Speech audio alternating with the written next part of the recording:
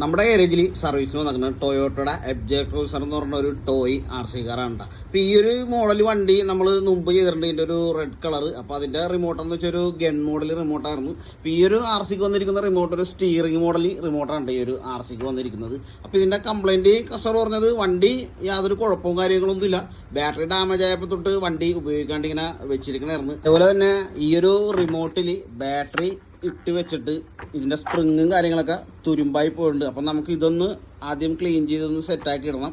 അതേപോലെ തന്നെ ഇതിനൊരു പുതിയ ബാറ്ററി സെറ്റ് ചെയ്തിട്ട് ഇതിൻ്റെ വർക്കിംഗ് കണ്ടീഷൻ എങ്ങനെയാണെന്ന് നമുക്കൊന്ന് ചെക്ക് ചെയ്ത് നോക്കാം. ഈ ഒരു റിമോട്ടിൻ്റെ നമ്മൾ ബാറ്ററി നടത്ത സ്പ്രിങ്ങും കാര്യങ്ങളൊക്കെ മാറി പുതിയ സെറ്റ് ചെയ്തിട്ടും റിമോട്ട് നമുക്ക് ഓണായി കിട്ടുന്നില്ല. അപ്പോൾ ഇതിൻ്റെ ഉള്ളിൽ വേറെ എന്തോ ഒരു കംപ്ലൈൻറ്റും കൂടി ഉണ്ട്. അപ്പോൾ നമുക്ക് ഈ സ്റ്റിയറിങ്ങിൻ്റെ ഈ സൈഡ് കൂടി ഒന്ന് അഴിച്ചു നോക്കാം. റിമോട്ടിൻ്റെ ഉൾഭാഗമാണ് ഈ കാണുന്നത്. അപ്പോൾ നമുക്കൊന്ന് ചെക്ക് ചെയ്ത് നോക്കാം ഇതിൻ്റെ ബോർഡിന് എന്താ കംപ്ലൈൻറ്റ് പറ്റിയേക്കണേന്ന്. ഈ ഒരു റിമോട്ട് നമ്മൾ സർവീസ് ചെയ്ത് സെറ്റാക്കി എടുത്തിട്ടുണ്ടേടാ.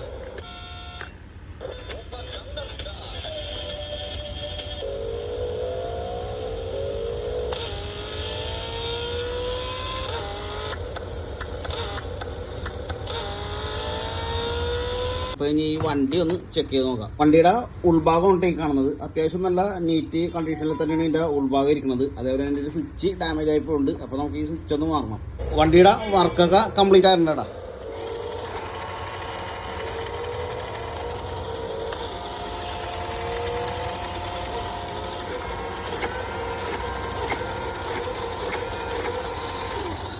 അപ്പോൾ നമുക്കൊന്ന് ടെസ്റ്റ് ഡ്രൈവ് ചെയ്ത് നോക്കാം.